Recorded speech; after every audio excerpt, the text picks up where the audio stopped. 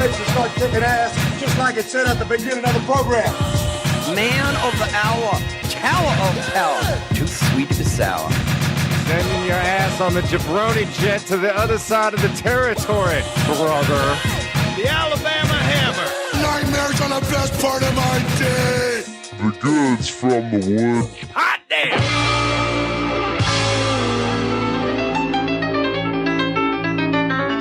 Welcome to the Goods from the Woods. My name is Rivers Langley. I garroted Pat. The transmission is garbled. By the way, I'm Mr. Goodnight, the man of the hour, the top power, too sweet to be sour. And this week, it's Boogie Week, everybody.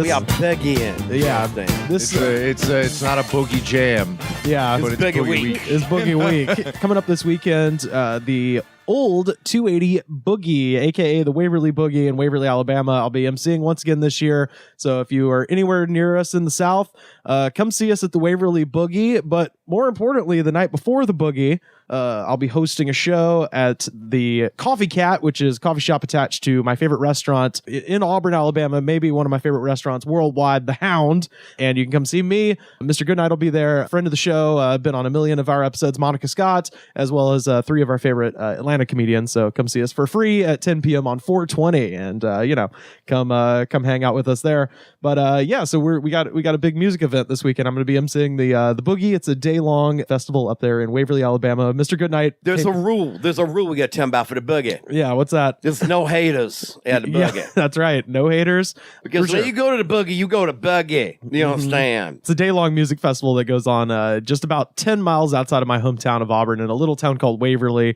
And Mr. Goodnight made his first trip there last year. And I just loved it. It's fantastic. We boogied. You understand? I said, when's the next year so we can boogie again? And I hope they have that sweet tea again like they had last year, because I'm going to be drinking it. Oh, that was hilarious. Yeah, last year we get there and Goodnight rolls up and you were like... in the Charger. In the Charger. Yeah, like a boss. And was like... oh, do they have any sweet tea here? And I was like, yeah, there's literally an 18-wheeler that says Alabama Sweet Tea Company on the side of it. And I think you probably hit that 18-wheeler about 30 times. That kept saved my ass. The cup runneth over of sweet tea. It did. Even though that's not people don't realize that's sort of a biblical mistranslation. But, Yeah. But point to me, my cup is full. Oh. But point is, it was that kind of iced tea contentment. At the Boogie, y'all can have it too. Yeah. Who's on the Boogie this year, Rob? So that kind of actually gets us into what we're going to talk about today. So one of the best things about the Boogie, and this will be the 18th annual 280 Boogie this Saturday. The man, the myth, the legend, Scott Peak, the president of Standard Deluxe Incorporated. And by the way, you should check out. I'll put some examples of their stuff up on our Twitter. We're at the Goods Pod, so you can check out Standard Deluxe and buy some T-shirts from them because they have just incredible stuff. But Scott has managed to curate an amazing lineup of musicians every year, and almost every year it's people I've never heard of. It's a list and I'm like, I don't know who any of these people are, and then I start looking them up on YouTube and be like, god damn, every one of these people is awesome.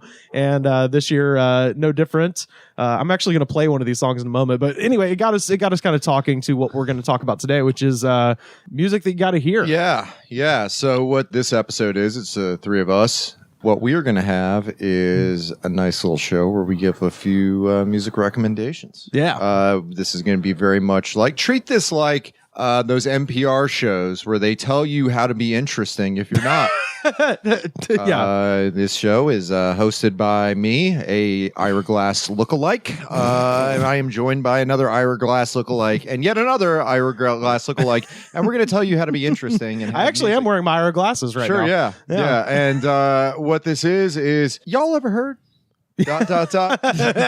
Basically, y'all ever heard? Yeah. And we have a collection of songs each where if you're looking for a little something to listen to, a little something to sink your teeth into. Spring primer. We could call this like a spring mix almost. Indeed. And we're not talking about salad, baby. Yeah. This could be disjointed. So if you put these songs together, probably it would sound really messed up and disjointed, but Well, if you want to delve a little bit deeper, it'll give you something to check out. Yeah, well, and this is also a perfect opportunity to plug our Spotify.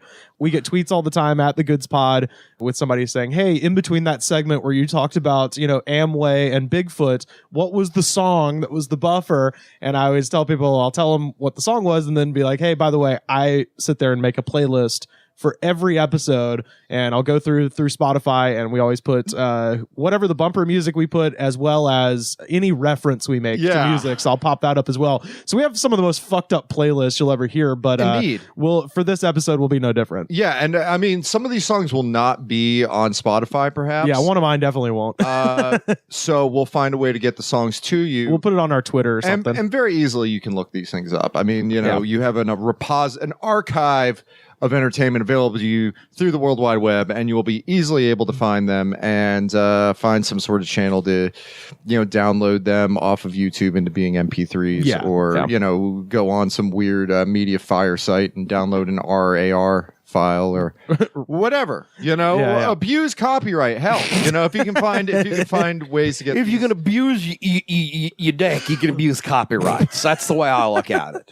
Well, all right then. Can we say that on the air? Probably not. Okay. Bleep that.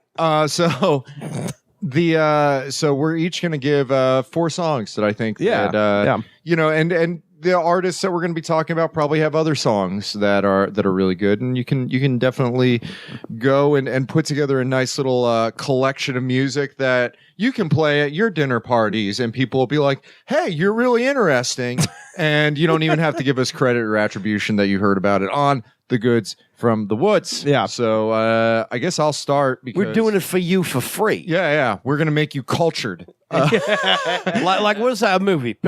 Pygmalion or whatever. Indeed. Mafia laid down. Yeah. Y'all ever heard? So I'll start since I thought of the theme.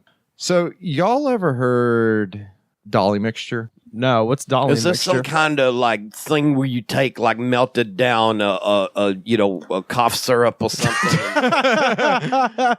No, it's not scissor or drink or honey anything like slides? Purple drink. Dolly Mixture is a group. It's a 3 women. They came out of kind of that post-punk movement. Okay. But they're not post-punk. They were a trio.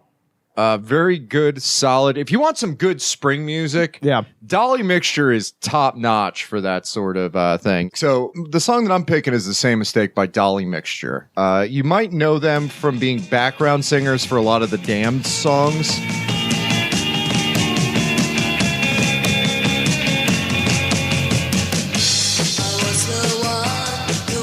All right. This is British? Yeah, right on. But yeah, they're very straightforward girl group style stuff that you wouldn't have imagined coming out of the punk movement. Yeah. They were produced by Captain Sensible, the bassist from The Damned. Okay. And sensible sounding dude.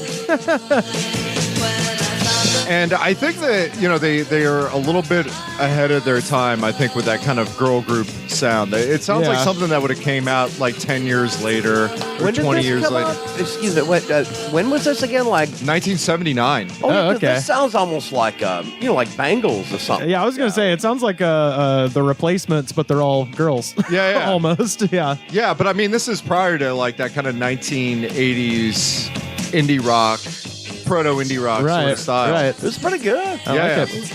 But they have a album that was a collection of songs that were recorded called the Demonstration Tapes. This is not on the Demonstration Tapes, but really good, solid 3-minute long pop song. Yeah, that's great. Very pleasant, very straightforward tunes. I mean, they're great. I mean, it's pretty good on this evidence. Yeah. Well, and it really does almost kind of presage that 80s sort of college rock sound a little bit almost. Yeah, that's real good. I like that. Yeah. So it's I would say probably you could probably find the Demonstration Tapes on CD on Amazon, but it's like a kind of a little bit of a rare album. So yeah, I think that probably you can't go wrong with this particular group. It's very distinctive and very much ahead of its time. So, y'all ever heard Dolly Mixture? Now you have. Now you have. Now Quite the connoisseur, Pat. Yeah, thank you. So my next one, y'all ever heard Gary Lowe? He's not related to Nick Lowe, is He's he? not related to Nick Lowe. It's L-O-W. Okay. This guy is absolutely ridiculous. So Italo disco was big a while back at the beginning of the 2000s. Now I think it's like what yacht rock is now, right? Okay, yeah. Where it's like, the music that inexplicably is popular. Yeah. As evidenced by Mr. Goodnight whenever he walks into a room now. Yeah, it's on. Yeah. It's on. It's just like every time I see Goodnight, it's usually Sweet Freedom that's playing from Yacht Rock Radio. Or Yamo Be There. Yeah. Yamo Be There. Well, Yamo Be There. So Gary Lowe, the song's called I Want You. Now this guy, he looks like Alan Strickland Williams and Fabio had a kid. Oh, I've heard this. Yeah. This is outstanding. Yeah, this is, so you've heard this before. I have heard this before. I like how, so if you watch any version of it, it's him lip syncing really poorly. Yeah. Because he's Italian. Yeah. And singing in English. So it's like female background singing. He'll sing that. You believe that I'm a different man, babe. Yeah. And you believe that I'm hard to get, but I don't need to. This rules. To catch. Now, the crowd is not on the recorded version of this. Yeah. It appears that he's performing in front of maybe 25,000 people. Yeah. In Spain, The biggest crowd in history. in Italy, or someplace in Europe. I don't know. Oh, This his weird Rick Astley turns are amazing. Yeah. But this guy's like so much cooler than Rick Astley. This is outstanding. This guy looks like he went to the Blue-Eyed Soul School and kicked Rick Astley's butt every day and shoved him in the lockers. Now, the funny thing is in this video, everybody's going nuts. The video that we put up, he doesn't have the ponytail. But he would rock the ponytail. So he'd have this like suit on, like a pink suit. Yeah. And he's got the ponytail, and he looks like a weird sort of like 80s villain. But he also kind of looks like Sam Waterston a little bit. This is very visual, and you don't really get this in a podcast, but this guy is awesome. Really, he's what I aspire to be. Does he have a deep catalog besides this number? Not really, no. So he's all about this. So he is like Rick Astley then, and that he's got this one song that you always hear. Oh, Rick has that other one though, right? Yeah, that sounds just like it. Together to pass. Yeah. That song. But yeah, this guy, he's kind of a one-trick pony. I haven't cared to look through any of the other Gary Lowe discography. Yeah. Because this is too awesome. It's the only trick he needs. It's like the hedgehog has one trick. One good one. You make me feel good. I want you because you make me feel good. I mean, this is just that crosses borders.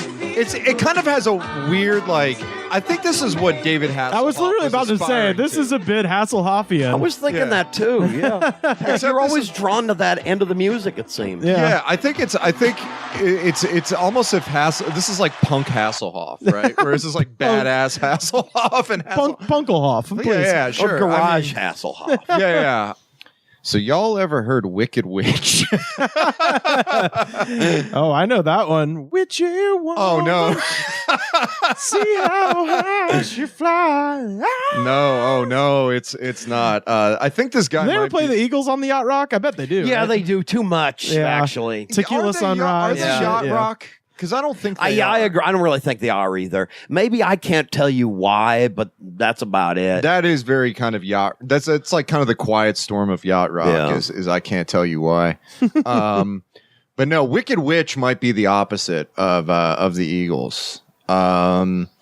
Wicked Witch is a musician that needs to be seen to be beholden. So I would say probably the one to go for is Wicked Witch's Vera's Back. So this was made in a basement. If you see, this is a genre that I like to call basement funk. Okay. You know?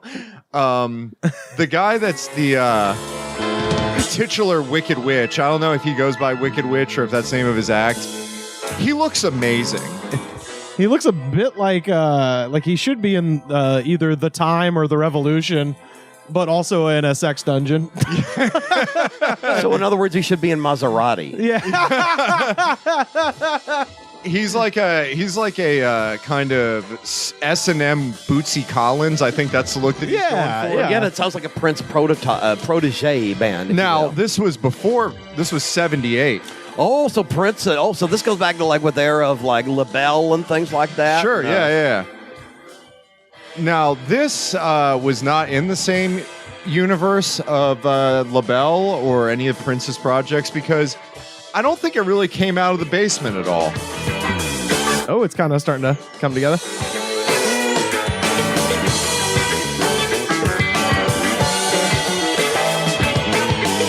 Now, I cannot identify a single instrument that's being played on this song. I don't think any of them are of Acoustic in nature.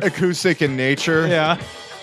But much like you would hear the stories about Tom Schultz from Boston, kind of like doing his basement studio and making the Boston demo that got bid up by various record companies. Right. Made I millions. think this is the evil step sibling of this. Changes in the world around. The truth. It's almost a little Zappa-esque even. Yeah. With a lot of fills and a lot of drum stuff happening.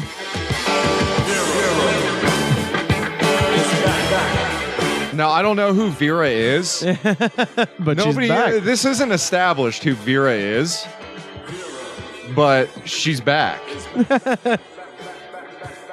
The song is 12 minutes long.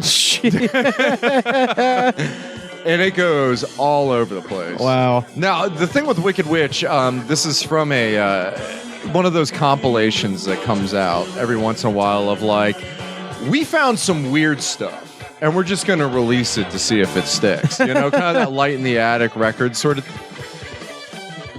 Yeah. That's very Zappa right there. Yeah. That's not entirely unlike one of the ones I'm going to play in a minute. Yeah.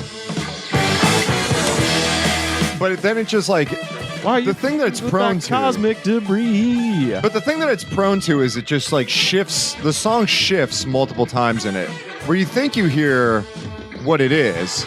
Yeah. Like you think it's like this sort of thing, and then Oh, yeah, nice.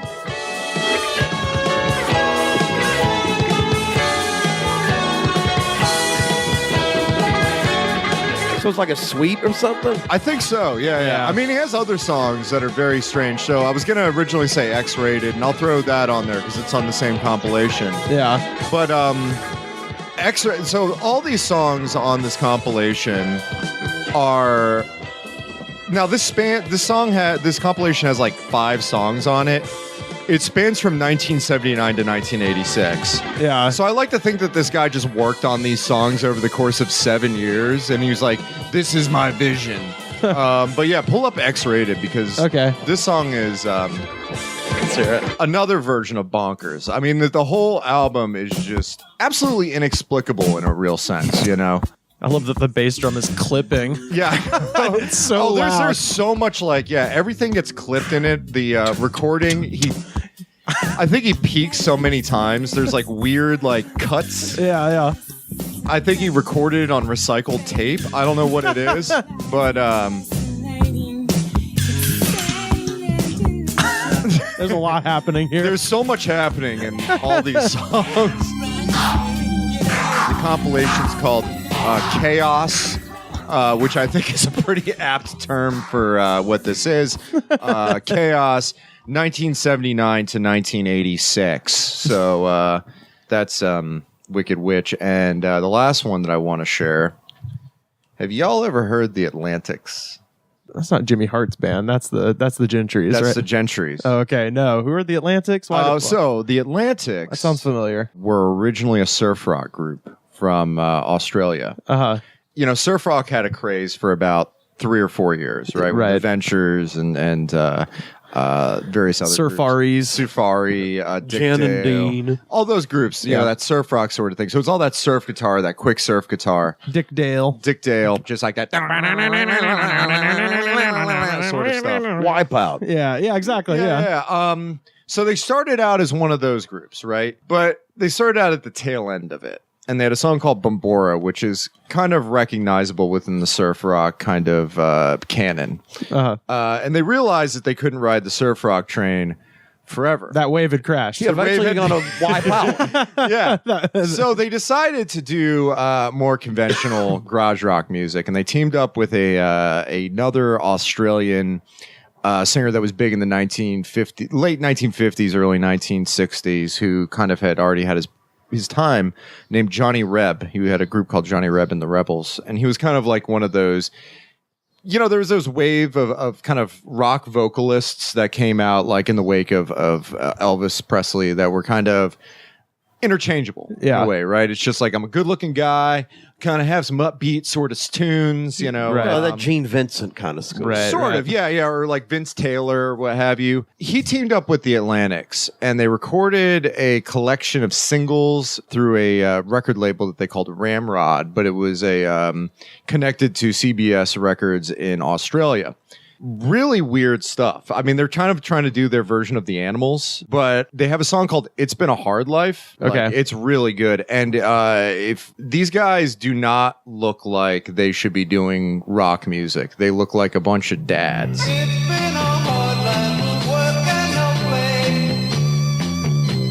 But it's got this really kind of trippy Fox electric piano. Yeah, to it's it. like the Yardbirds a little bit.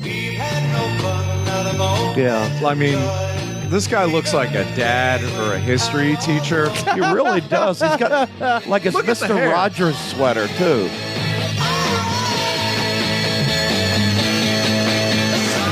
I mean, they're the least rock and roll looking rock and roll band. Oh my God. I mean, it's weird how there were like a lot of rock groups during the 60s that didn't look like rock groups, right? Yeah, like It's Canned Heat. Yeah, or even like Jerry and the Pacemakers. But one thing that you don't notice, because for some reason the video is like weirdly framed, the keyboard player looks like Charlie Watts. And he has the Charlie Watts face. Like it's like a weird collection. The drummer looks like Macaulay Culkin. It's like a weird collection of dudes. But if you put it through a stereo, it just tears up. The organ brings a real tension to it. I like this. This is pretty good. Yeah, so they recorded a bunch of demos and singles that were kind of locally released. But they have a version of "I Put a Spell on You" by Screamin' Jay Hawkins. That's just the shit. Like it's they had a compilation of all these singles, but it's fantastic, and it's weird because it was never kind of formatted into an album. But I think amongst all those songs, you could have formatted into a really awesome album that would have like really competed with like the Animals, Right. the Yardbirds, and what have you, because it has that weird sort of organ effect to it. Yeah, the psychedelic, or not even psychedelic, almost mod, in the way that the Yardbirds do, like "For Your Love" or something like that. With that keyboard brings a certain London chic to the music. But the guitars are weird because they are a surf rock group. Yeah. Like they're ostensibly a surf rock group. So there's this kind of, in some of the songs they kind of go a little bit faster. There's a little bit more of the surf rock element, but they get real slow on some of it. It's just like this really dirty garage music. Yeah. But yeah, I would say, you know, if you're into it, they're definitely a group that you should really dig into. I mean, because it kind of runs the gamut. Sounds like the kind of thing you could like smoke a joint, put the record on or something, and really have a good time. Oh yeah, definitely. Yeah, so if you're looking for something to listen to, Dolly Mixture, much recommended. The Atlantics as well. If you want a good laugh, if you want some just empty vapid pop music, Gary Lowe. And if you want to smoke some PCP and just wild out In the basement. Wicked Witch. Yeah. So yeah, that's my suggestions. So.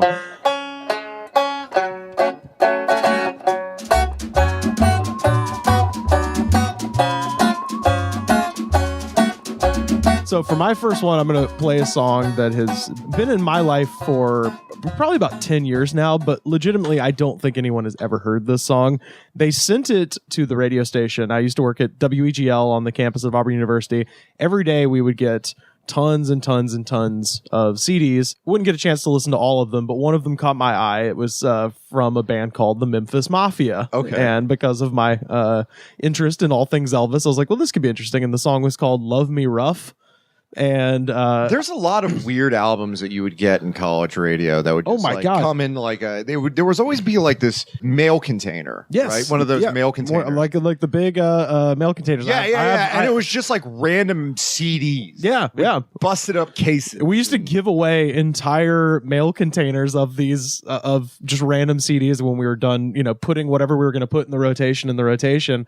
But so this particular song, like I said, it came in and I liked it so much that I actually loaded it onto YouTube myself because it came in with no return address and it came in with no record company. It was literally a burned CD with a cheap label stuck on there that said the Memphis Mafia, Love Me Rough. So I have no idea who these people are, where this came from. Probably Memphis, I'd imagine, but maybe not. But it is essentially a sort of a cowpunk reworking of Love Me Tender with much more sexual lyrics. So this is well, when you think about it, it sounds dirty. Love Me Tender. Yeah, like this is an extreme Elvis song or something. Love me rough and love me long, just like this song. I'll be yours throughout the night till the break of light. This guy recorded this in his house. It sounds like it. This is like the bathroom tapes. It really is. It really sounds like a guy in his bathtub. Oh, just wait till it starts to pick up. If Wicked Witch was a basement group, this is definitely a bathroom. Oh, it's about to hit. I think Wicked Witch was a little more professional than this. It's about to hit the. It's about to hit the kind of punk rock sort of part. I think he does one more line slow. Yeah. Me too, and it starts to show when you rub my inner thigh. When you rub my inner thigh and you tell me lies. Oh, just wait. Good night. You have no idea what's about to happen. Is he playing the guitar with a baseball mitt? Is Elias on the? Yeah, it's Elias. Hang on. Here we go. This is the important part. But listen how he counts it off. 1, 2, 3, 4.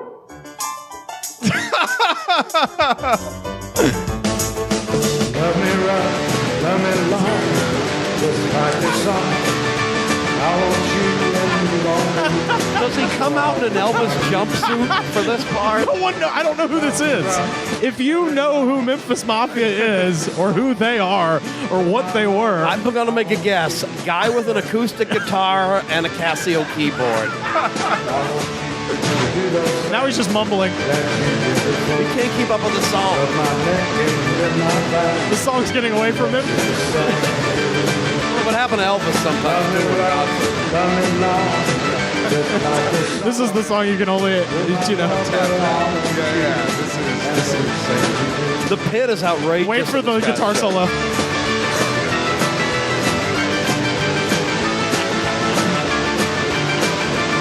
I think he played all the instruments on this Oh, I song. guarantee you this is one guy. And for sure he's in his bathroom, but boy, I love that. So that one ain't going to be on Spotify. You can find that on my personal YouTube channel because that's who hosts it. 97 views. Do we have any comments? I don't think so. Yeah, 97 comment. Yeah, 0 comments. I'll read what I wrote.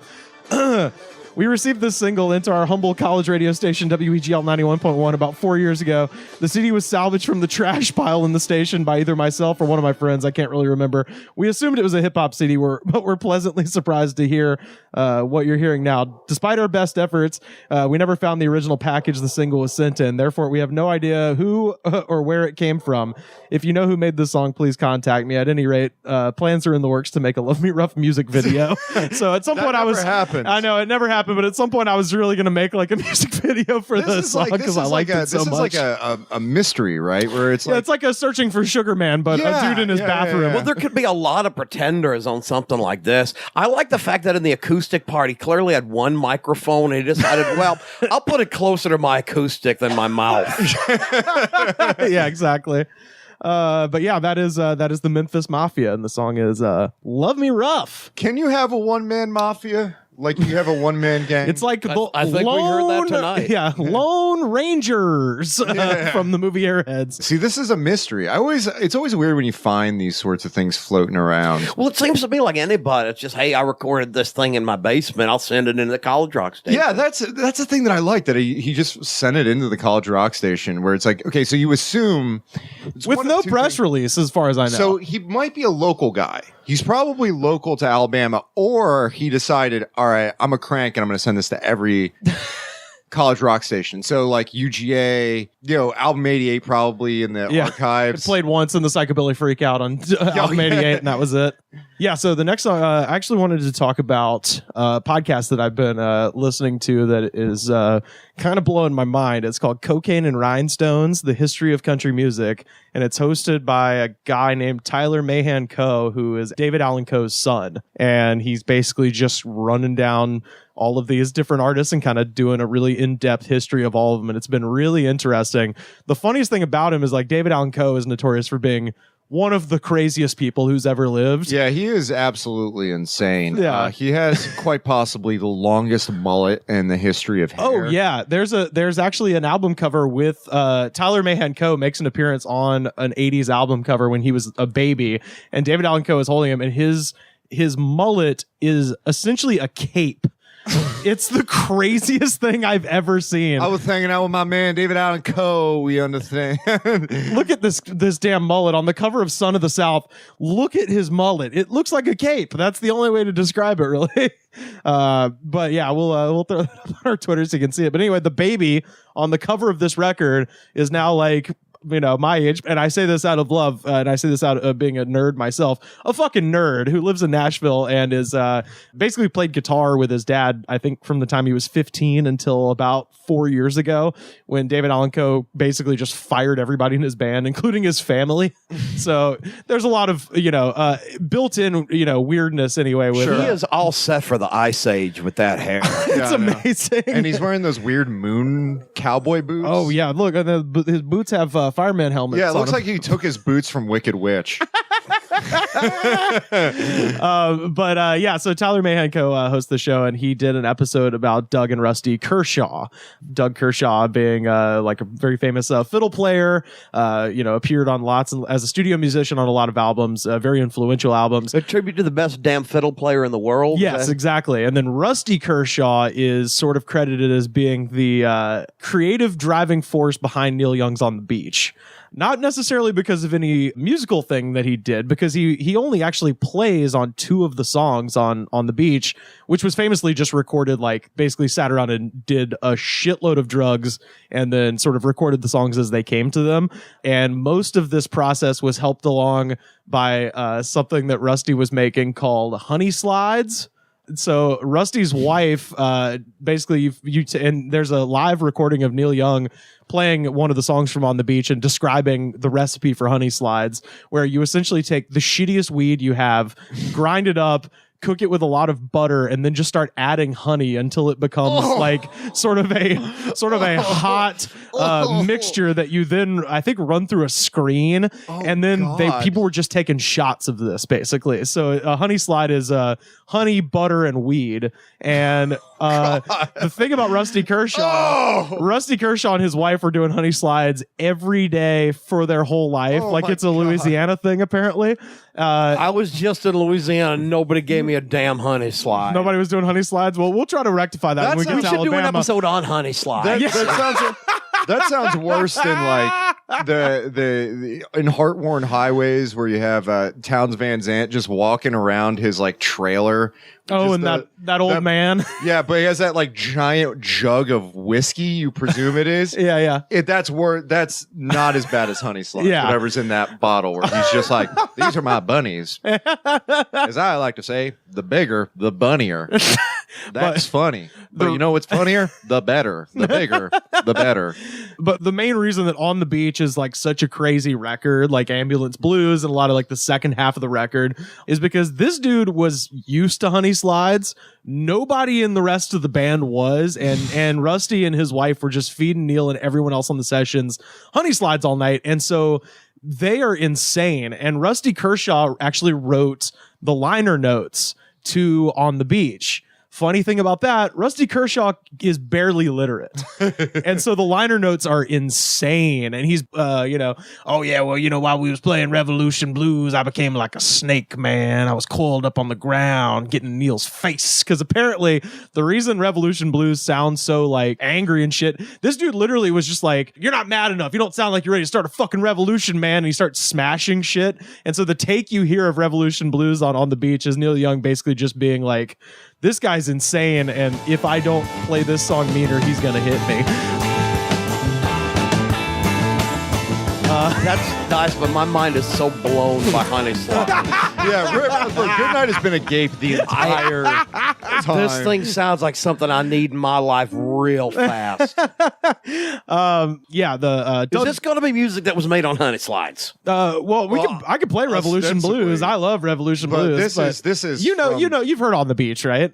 Not recent. Neil Young record. Yeah, if you go back and listen to it now, knowing what you know, like because I in the podcast he's telling this whole story about the recording of this record, and I'd heard On the Beach, and I like Walk On, and I like Vampire Blues and Revolution Blues and all that stuff. But I went back and listened to it again, and knowing that it was more or less recorded in chronological order that it appears on the record, and they did it essentially over the course of 2 days with no sleep, and just everyone is lit to the goddamn moon on Honey Slides. Well, that does sound like a Neil Young record. Oh yeah, that's most of his records. Because I mean, how wasted does he sound? Tonight's the Night and all that. He sounds like he's going to fall asleep or fall over on his chair. Well, this was actually right after Tonight's the Night. It goes Harvest, Tonight's the Night, and this, and all three of those records were essentially recorded over a weekend. He always sounds like he's about to I got to leave the room, guys. I think I'm going to cry. Well, I mean, one of his best friends did die of a Valium overdose. I think that's why on all three of those records, because they were all recorded. He's going through like hyperglycemic shock. And he's also like ingested so much shake. Sugar and fucking shake. That sounds and awesome. Saturated fat. Yeah, butter, sugar, and fucking. Hey, wait, that don't give you diabetes, do it? I bet it does. It sounds like something that like Captain Beefheart would have invented when they were recording Trout Mask or something, you know. In the Neil Young biography Shaky, there is a reference to a mysterious concoction known as a honey slide that was heavily consumed during the On the Beach sessions. Quote, the high was debilitating. People passed out. The stuff was like way worse than heroin, much heavier. Rusty Kershaw would pour it down your throat, and within 10 minutes, you were catatonic. Oh, God. People will say this crap about like it's way worse than heroin, but when have you ever heard of anybody ODing on a honey slides? Nobody does anything on a honey slide. Your pancreas dies. You just eat a little of it, maybe a spoonful or two. You'll be surprised. It makes you feel fine. That cheap grass is great. In these times, you have to think about price and things like that. He's so practical. Anyway. Well, let's hear what Rusty Kershaw. So anyway, all of that is to say, Rusty Kershaw put out this record that they mention on Cocaine and Rhinestones, and I got a hold of the record. It's called Cajun in the Blues Country, and this would have been recorded a couple years before On the Beach, so it's not as out there, but it is. It's firmly in that kind of like country funk category of tunes that I like so much. So I just wanted to play. This is Rusty Kershaw, and the song is called "I'm Going to Louisiana." From Louisiana, by the way. An actual true Cajun, him and his brother. And Rusty's passed away now, but Doug Kershaw's still on the road.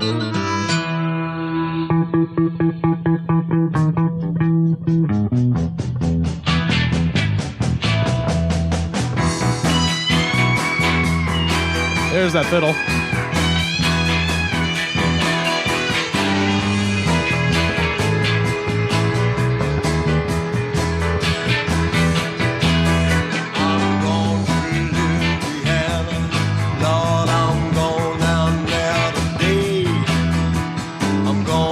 Yeah, so if you're into this kind of music, man, I don't know. I'm not going to play much just because I've spent so long setting it up. But great record.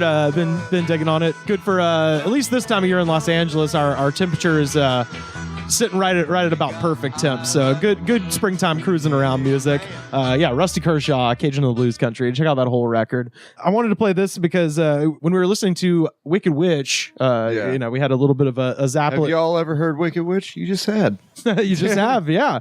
There was a bit of a kind of a Zappa influence, and I wanted to play this song because this is very Zappa-ish. Have y'all ever heard Mahavishnu Orchestra? My dad had that album. Yeah. Birds of Fire. Maharishi and all that. No, this is John McLaughlin who came to prominence with Bitches Brew. Yeah. Miles Davis, his I think side 4 of that record is a whole song called John McLaughlin, which is just basically Miles Davis kind of taking a backseat to this dude's guitar work, which is insane. And he put together his own band, probably the most famous, and I feel like I might have mentioned this on the show at some point, but probably the most famous person to come out of this band, besides John McLaughlin himself, was Jan Hammer, who is the guy playing organ. But this would have been, let's see, when did this record come out? I'd like to say 73. Yeah, I think that sounds about right. Let's see. Yeah, you're right. 73. Yeah, 73. Yeah, so this record came out in 73. Yeah, this was an album that was in my dad's record collection. Listen to this. And I never really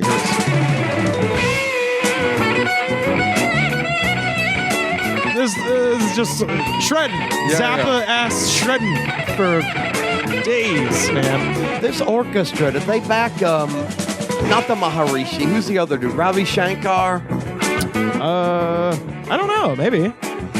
Let's see. Yeah, Mahavishnu Orchestra, like that.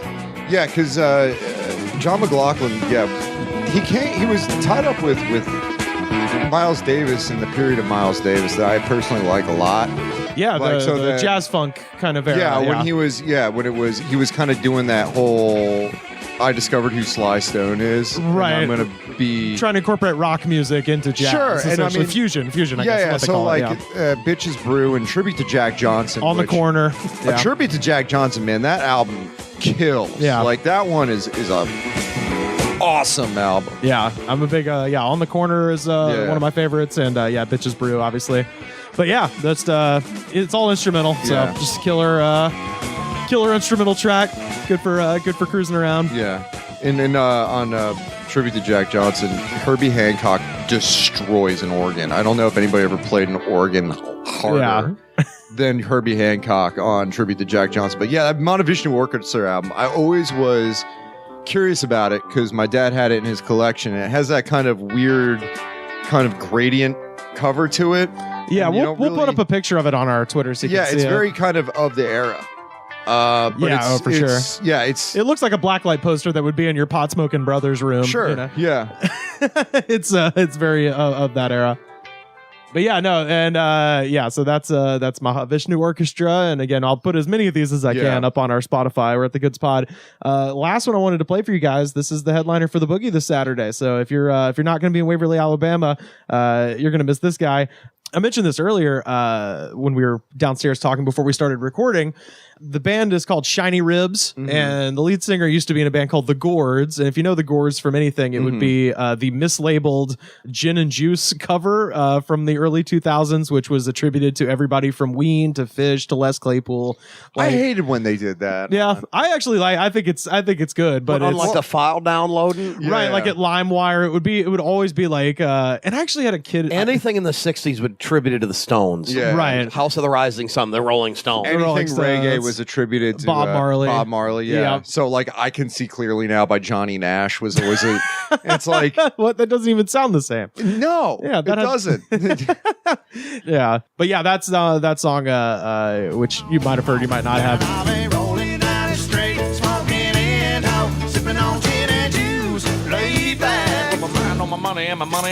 But anyway, the lead singer of the Gourds, they kind of split up or went on hiatus or whatever, and the lead singer kind of got together interesting sort of, I would call it like a country soul sort of band called Shinyribs. And they're going to be headlining the Boogie this weekend, and I just wanted you guys to hear it because I've been loving this song. It's called I Don't Give a Shit. I don't give a shit like you don't give a shit. We're a match made in hell, is plain to see. I don't give a shit about you.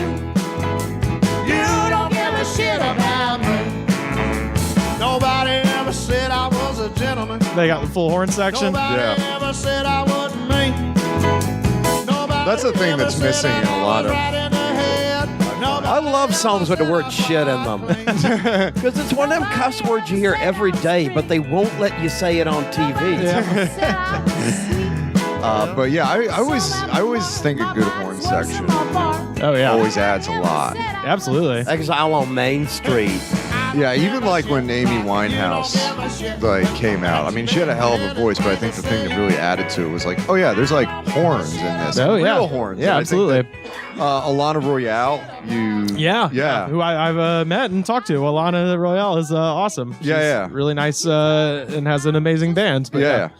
But Yeah. anything like the horn section, I think always adds a lot to. It's something that's missing. You know, I think that it's something that really. It doesn't matter what genre it is, if it's soul, or if it's rock or something like that, or some mixture in between. Yeah. It always adds an element It that's really great. accentuates like chords and stuff and gives it a little more, I think, like bottom on a song. Yeah. Well, especially in country music too. And it kind of goes back to the whole Rusty Kershaw thing we were talking about. There was that kind of era in the early 70s, and there's two incredible collections I should probably shout out: Country Funk and Country Funk Volume 2. Have you heard any of those? No, I've not. Oh my God, I have to. I'll send you home with a thumb drive with these on there. So Country Funk Volume 1 and Country Funk Volume 2 is Now this essentially isn't like titled like ironically like 20 jazz funk greats by Throb and Gristle. No, literally, this is bands like like the song Shotgun Willie, for instance, has horns and stuff on it. Shotgun Willie sits around in his underwear.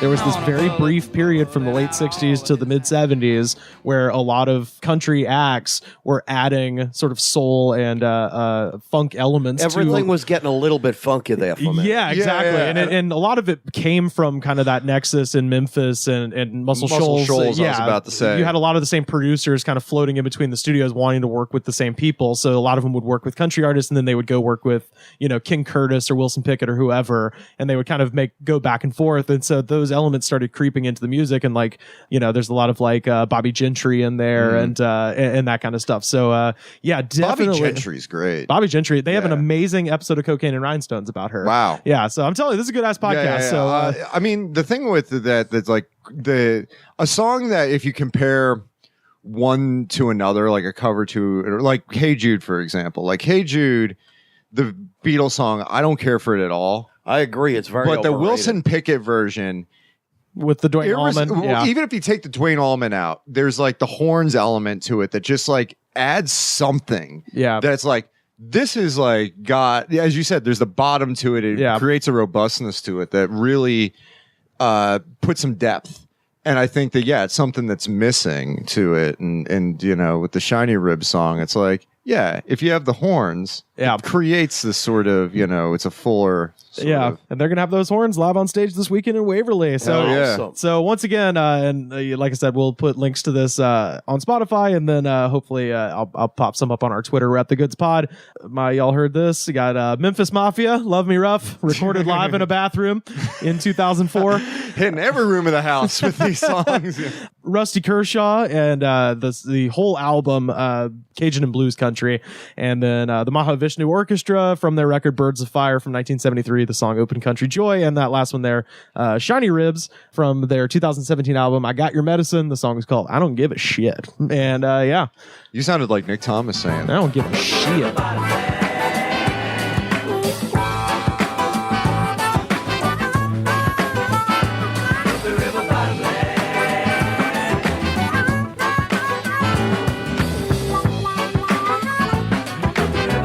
Yeah, good night. What you got?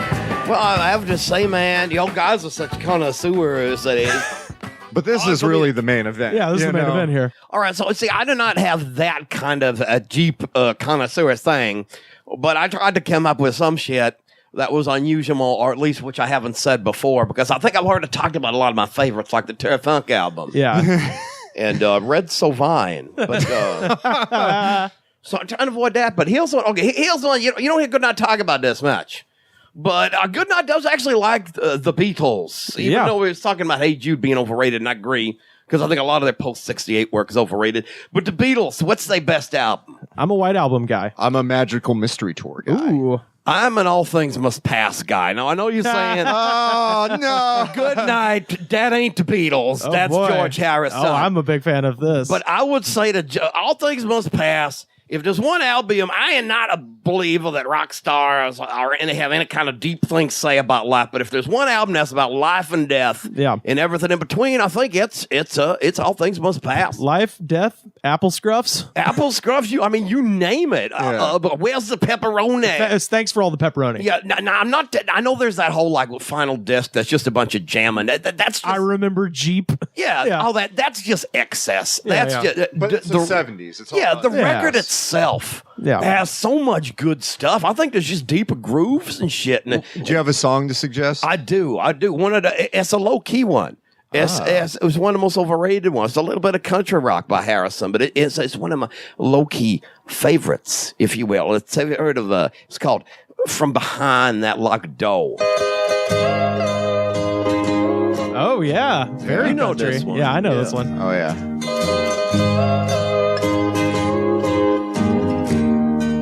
Why are you still crying? That's almost like a Porter Wagner sort of sound you know to what it. I mean? You smoke a big joint, you drink a whole bottle of wine, and you listen to this shit. Yeah. You will have tears in your eyes. Yeah. Wow. Yeah, man. I it's been a while since I've actually listened to All Things I Must like Pass. that Same one. here, I'll bust that one out because I had a version I made off when I copied it off like another CD. Yeah. Where it was just like the 2 discs without the jams at the end. Oh yeah, I've got it on vinyl. Right, I'm looking at it right behind you. It's really easy. It's funny because it's really easy to pick out. It's a gigantic black box on that second shelf all the way on the left. Oh, yeah, this right here. Yeah, that big one. Yeah, well, this is one of those things. Everybody had this record in the 70s. This and Concert for Bangladesh. Yep. Oh, yeah. I mean, if you go to any Goodwill, you will find a copy of Concert for Bangladesh. I swear 50% of all 8 tracks manufactured in the United States or Concert for Bangladesh. Yeah. in that horrible orange That or the plastic. Rainbow Concert.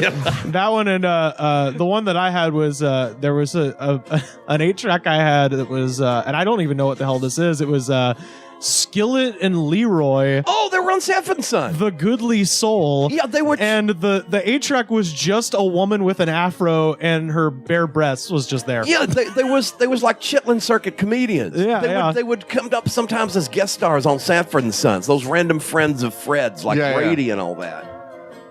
Party records is what they used to call them. Yeah.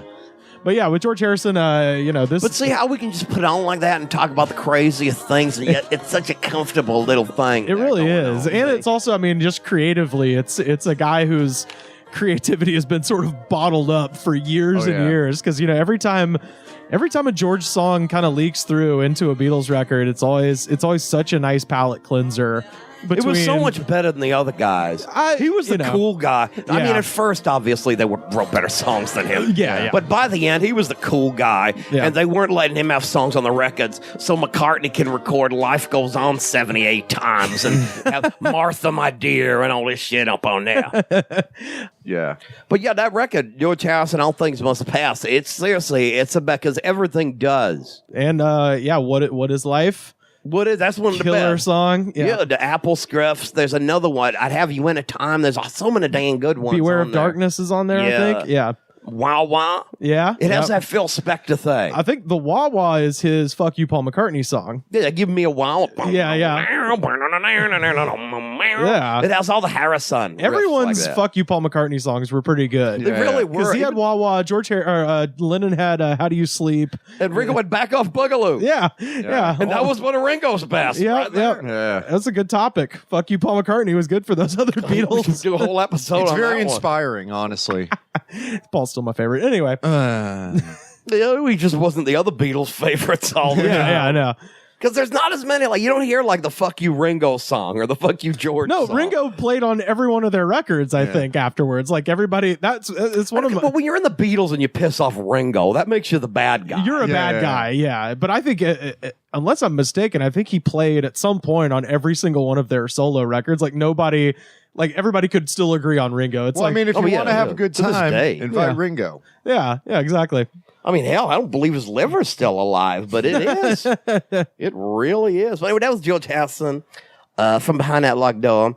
From All Things Must Pass. Now, Dan, y'all guys keep mentioning a lot of these funny kind of artsy-fartsy people. Yeah. Y'all guys keep mentioning all these Zappas. Yeah. And these Beef Hearts and things like this. And a lot of times people, they listen and they think, I've heard so much about these Zappas and places like this and these artists like this. And they go and listen to their records and they're like, Fuck this is kind of stupid. Yeah. Yeah.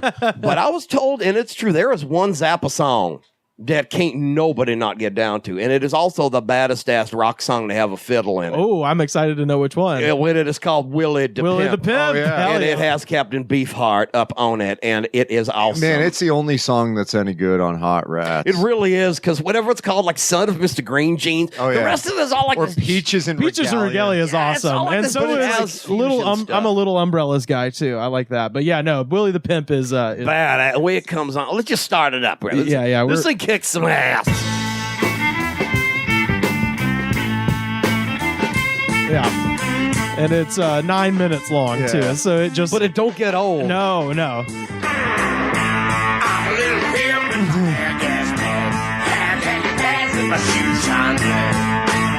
Yeah, and this is the era when Beefheart's looking like Jerry the King Lawler, which is my favorite Beefheart personally. Beefheart is cool, man.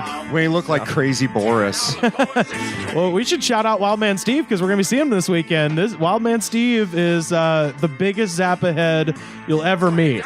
Well, this goes out to Wildman Steve, Dan. Yeah, we can't wait to see you, Wildman. This is God. Yeah, I actually got into Zappa because of Wildman Steve I and his never radio got show. huge into Zappa ever. It's a daunting task. I will say that. Freak Out is sort of the more accessible one, I think, because if you like 60s music, you can kind of Yeah. sit Yeah, through I that mean, with one. the exception of the Susie Cream Cheese stuff on there, it's kind of You know, like we're only in it for the money is awesome. oh, I like Flower Punk. Yeah.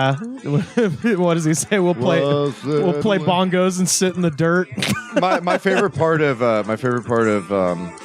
we're only in it for the money isn't necessarily a song. It's I think it's the in between of Concentration Moon or something like that. There's like a little snippet from somebody from Verve Records. It's just like, yeah, they're the only, like, the Mother's the only band that's shittier than the Velvet Underground. You know? It's like some executive from like Verve. My favorite little like. But I would argue they better, though, because they jam better on this. Zappa jams his ass off on this song. Oh yeah, this one and This motherfucker can play. oh my god, yeah, Muffin Man. That's Bongo Fury. That record is a good one to get into. But no, I mean, Frank Zappa is he's one of those artists that has so much material that looking up at his catalog is like looking up a fucking mountain, and there's no obvious entry point other than Peaches and Regalia is kind of the song everybody's like, oh, you should listen to this first, and it's instrumental, and if you don't, kind of get down to it immediately, it's kind of hard to get into. I always tell people with Zappa, the place to start is actually, I have kind of a weird recommendation, but there's a record that is sort of a compilation of some live stuff with a little bit of studio outtakes that they put out called Cheap Thrills. Yeah. That I've is heard of that, yeah. very good. A very good way to kind of like get into Zappa. But yeah, that record starts off with a guy going, "What do? You join the mothers." And you end up working for Zappa, and he makes you be a creep. You could have played the blues with John Mayall or far out exciting jazz with blood, sweat, and tears. You really think so? Look, in this business, you either got to play the blues or sing with a high voice. You're right. I never should have joined the Mothers. Why? I could be a star now. But there we go, Willie the Pimp. Willie Pimp Just number off two. the album Hot Rats. All right, now, Dan. It's kind of funny because y'all was having all these songs, and I was trying to think of these ideas and things, and y'all kept hitting on things that I was thinking about. And when Rivers played that that wonderful Memphis Mafia thing, I thought, what's the most terrible homemade song I can find? Oh, so what we're doing, we each got a house jam. Well, plus the obligatory pro wrestling song. Okay. So have you ever heard of the Idolaters? No. Some Dr. Demento group in 1980 recorded a version of Wild Thing with lyrics about Austin Idol. And there is a version of this that they showed on TV, and there's also a studio version. You know that Dusty is a blob. Oh my God. And this is going to go for 3.5 minutes. With different verses. One's about Mr. Wrestling 2. Another one about Harley Race and Ric Flair. You called number 2 an ex-sucking dog. He even made fun of his family. This sounds like Well, he said he had Sam Kinison. yeah, I was gonna say it's like if Sam Kinison was playing Alice Cooper, but had a Fisher Price recorder to record it. Matt will meet your Wow. Yeah, but it does have the line, Harley Race, soon the Matt will meet your face. great. Second place. Second place. Google it for a second and see what these guys look like. Okay. Because it's a dude, a long-haired dude in a bathrobe. So it's Sam Kinison, right? No, because he's thin. Okay. No, for sure. And he's actually a little quieter than Sam Kinison. Take off that mask. An imposter! An imposter! It references actual angles. Ric Flair. Man, I think you're nowhere. This is. You even See, I don't feel bad for playing Wicked Witch because this is Worse. worse. You know. Well, Wicked Witch isn't bad. It's I just liked a little Wicked bit Witch busy. a lot. Yeah. Yeah, I think you certainly have to be in a mood. It was something different, definitely. Let's do the finger flip. Oh God.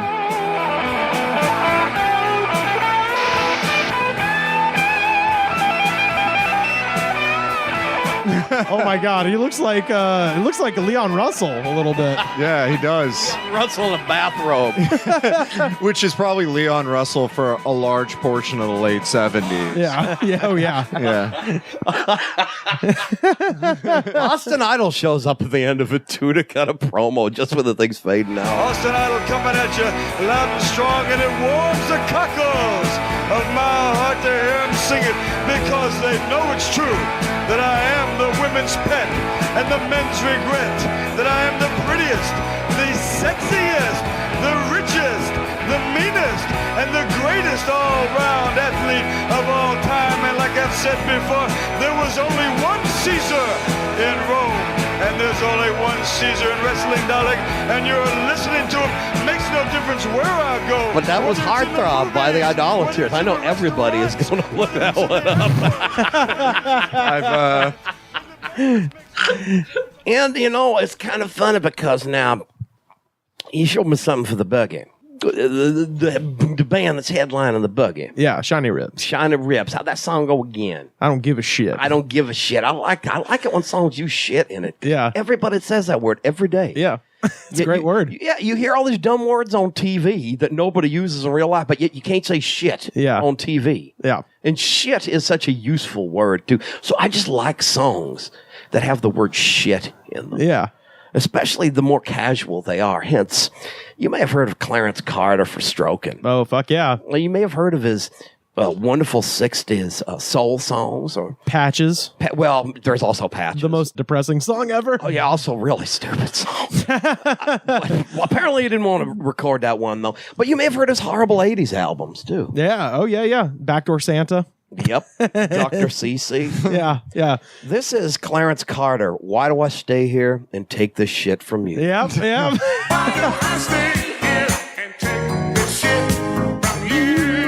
Yeah, I was actually going to put Clarence Carter in our Hall of Fame at some point because he deserves it. As a fellow Alabama man myself, I've always admired Clarence Carter as a musician, as a cultural force, and as a human being, and the realness.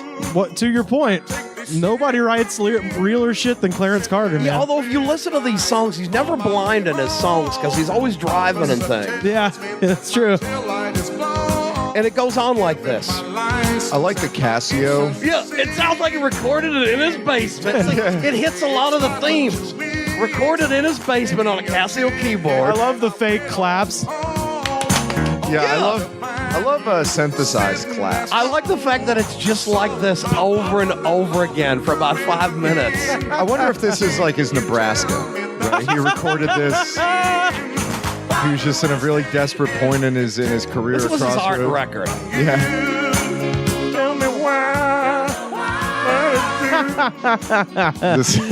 Oh my God. Well, that's Clarence Carter, everybody. Yep, Clarence Carter. We had George Hassan. We had Zappa featuring Captain Beefheart. And then we had the Idolaters. I don't stand for idolatry anymore. Yeah. Me neither, because the Bible says it's wrong. But if it is directed towards Austin Idol, we all know that the very good book says, "Vengeance is mine, saith the Lord." But it's also, "Vengeance is mine, saith Austin Idol."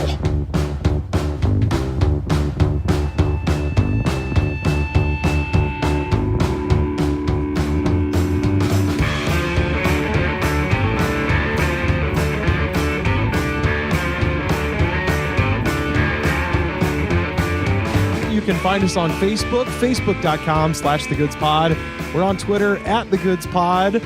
This Friday night in Auburn, Alabama, we're going to be at Coffee Cat at The Hound. That's downtown Auburn, 124 Titchener Avenue, right next to City Hall. And then the next day, come see us in Waverly, Alabama for the Waverly Boogie at Standard Deluxe on Mayberry Avenue. Just drive to Waverly. You can't miss it. It's the only thing happening in Mr. town. Goodnight will be sugared up, teed up. Got honey slides till the end And of just time. going to be having a good time, you understand? Because when we go to Waverly, we go there to beg it. Yeah. I hope to God nobody makes honey slides for this. Oh, I really hope I they won't be do. there. I'm happy I'm not going to be there. I 'cause want to have run Pat there. I want to have Nick, and I want to have Matt, and we all want to do honey slides. You mean Mike? I mean Mike. Yeah. I'm gonna be Sorry, Mike. I'm gonna be in the safety of my home, away from the threat of honey slides.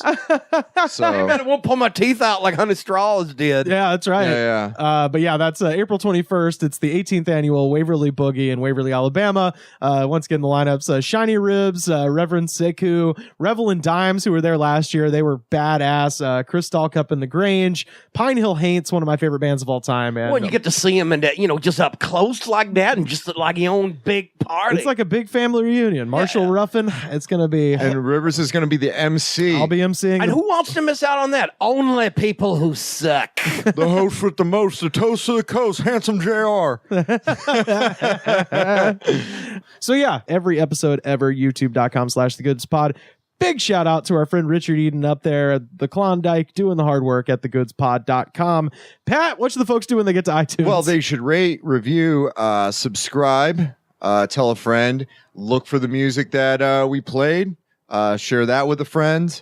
Maybe you won't find it. Spotify.com. Yeah, Spotify.com. Maybe we'll have some stuff on YouTube. We'll have it on the Twitter. Maybe you can find the Idolaters, or maybe not. I don't know. But yeah, tell a friend. It shows the attitude of gratitude. And if you don't have the attitude of gratitude, then fuck you. Song of the week this week. I am proud to announce on Monday, the 23rd of April, I'm going to be coming to Chattanooga, Tennessee. So if you got any friends in Chattanooga or North Georgia somewhere, come out and see me and Monica Scott. We're both going to be at the Moccasin Bin Brewing Company in Chattanooga, Tennessee. That is 310 Broad Street. And that show is going to start at 9 p.m. So you can come see me there. But I'm probably most excited to see our good friend of the show, DJ Lewis. Pride of Chickamauga, Georgia. Chickamauga. Dude, DJ Lewis, if you're new to the show and you haven't gone into our back catalogs, I got 2 episodes to recommend very highly. Episode 43 of The Goods from the Woods is called Fish Out of Water, and it's DJ Lewis and his attorney, Drew Morgan, and talking about Well-Read Comedy Tour. That's right. Yeah. Check out the Well-Read podcast with Drew on there with our friend Trey Crowder and Corey Ryan Forrester. And then also episode 60 entitled Living the Dream. DJ Lewis is one of my favorite people. My favorite thing about DJ is he's a great comedian and just Or he was, great apparently. dude. Well, he's still doing comedy stuff, but he has also just started rapping as well. And Okay, so he hasn't quit comedy for rapping. I think he's still doing comedy stuff as well. Good. But in addition to that, he started rapping, and his stuff is really good. And he's going by the name Skinny Bumpkin, and you can find all their stuff at soundcloud.com/Skinny Bumpkin, spelled just like it sounds. So all of that is to say, song of the week this week, our friend DJ Lewis, aka Skinny Bumpkin. The song is called Rebel Yell. And we'll see you next week. I am rebel.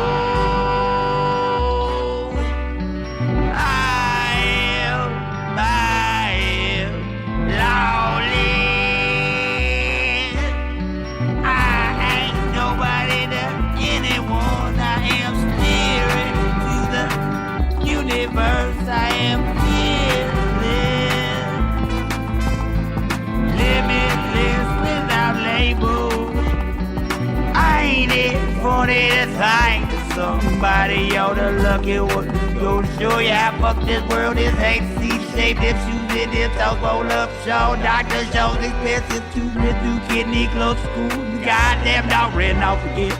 Y'all don't know how to close no door. Y'all sure enough know how to leave a light. So what's the point giving all you got if you just get shit? Oh hell, I ain't got enough shit to fill a pot of pills. Just a case of babs and a big ol' red ass kiss. Get some blessed shit to get fucked. Let's not above, but just find it easy to shrug it off. Cause yeah, sweet baby, that ain't life. That's just part of it. What make it laugh, so I make it cry, might break your heart. Every year about not hollering loud. Have mercy on me.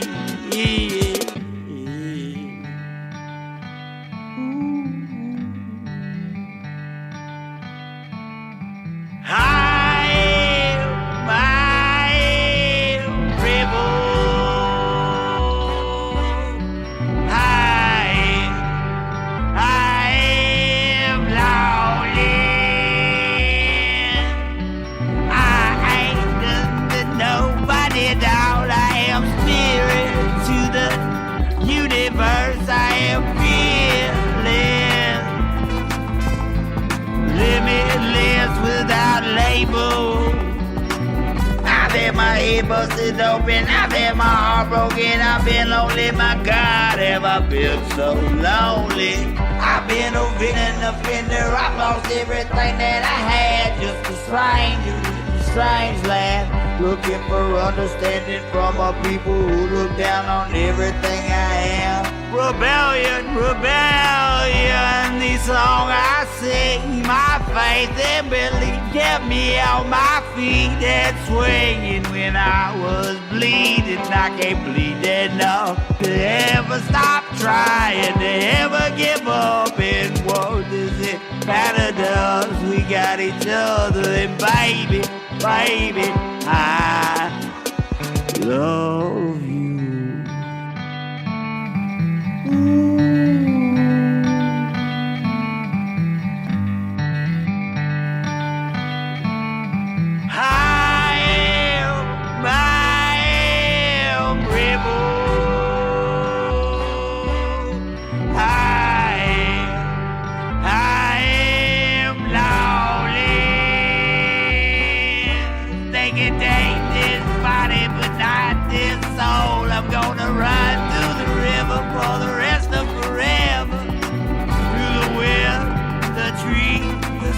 In the sky, the sun, the moon, I'll be running. I am free. I am